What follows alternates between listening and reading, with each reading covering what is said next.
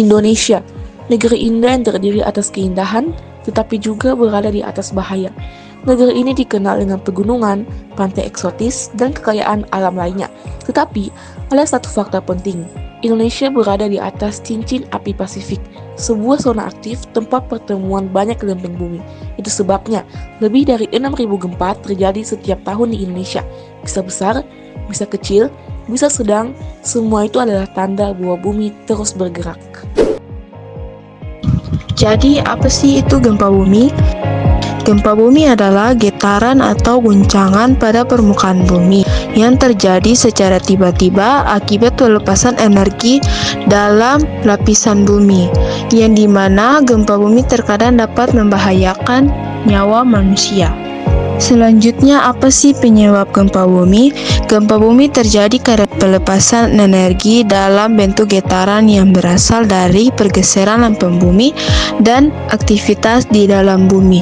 Energi ini juga menyebabkan gelombang seismik yang merambat ke permukaan bumi dan menimbulkan getaran yang bisa dirasakan oleh manusia.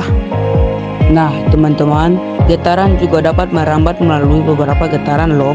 Yang pertama ada getaran longitudinal atau merapat merenggang.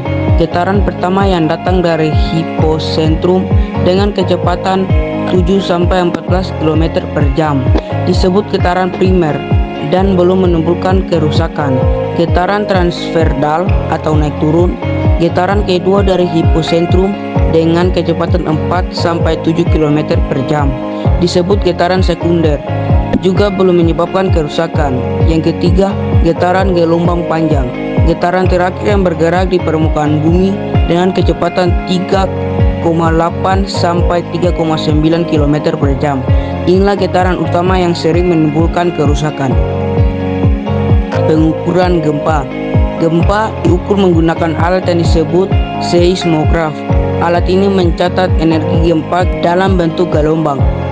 Ada dua jenis seismograf, seismograf vertikal, seismograf horizontal.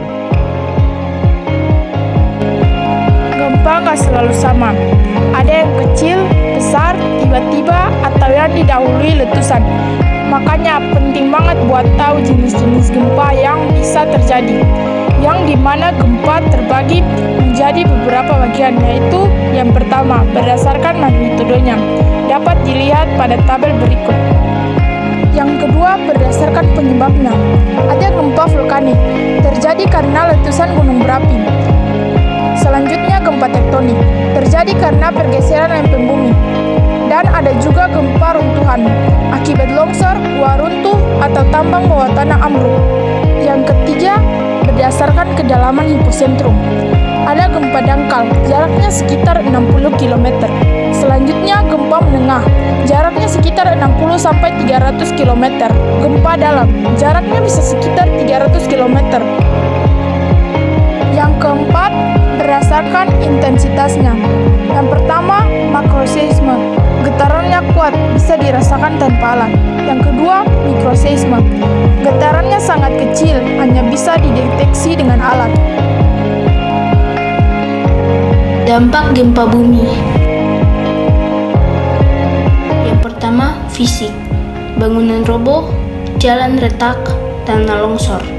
Bisa menyebabkan kebakaran, banjir, bahkan tsunami jika pusat gempa berada di laut. Yang kedua, sosial. Banyak orang kehilangan rumah, pekerjaan, bahkan orang terdekat. Trauma, ketakutan, dan masalah kesehatan muncul pasca bencana. Setelah gempa, bukan berarti selesai.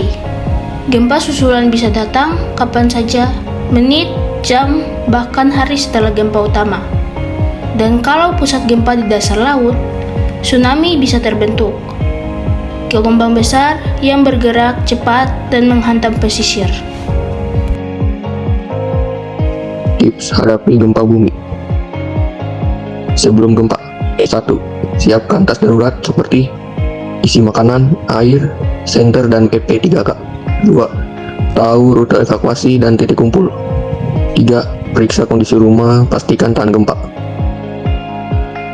Saat gempa di dalam ruangan. 1. berlindung di bawah meja atau perabot kokoh. 2. Jauhi jendela, lemari, atau benda berat. 3. Lindungi kepala dan leher. 4. Jangan gunakan lift.